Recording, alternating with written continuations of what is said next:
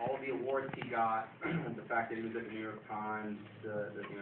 preeminent national newspaper, he was the leading correspondent on the Middle East. He actually cut his teeth in the Middle East by studying Arabic, actually at Cairo, American Cairo, which is also a place where a lot of American academics and European academics first learn Arabic. So if you're a historian or you're a political scientist or you're a sociologist,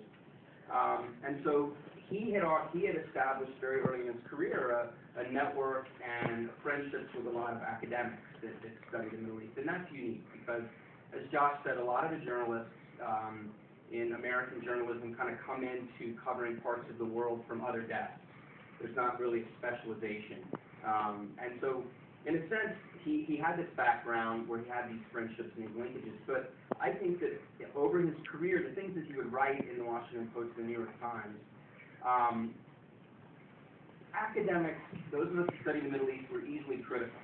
of coverage in the media. And Anthony Sheedy was one of those reporters where you would read something in the Post or the New York Times, and normally you expect to read it on the Middle East, and you already know it, or you think you already know it. But he was always the one that would give you pause. Even if you really knew something about Iraq very well, or you knew something about Lebanon, he would present it in a way, or question it in a way, or approach it in a way that even for those of us that thought ourselves experts or whatever, it would give us a pause. And I would add that the way he wrote, and maybe to a certain extent it was captured in this book, he wrote in a way that was not really like a journalist and not like that kind of stale academic that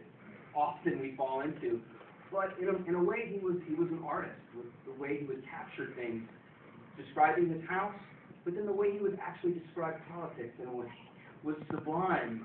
Some of the things that he would describe power struggles in Iraq at some of the worst parts of the Civil War,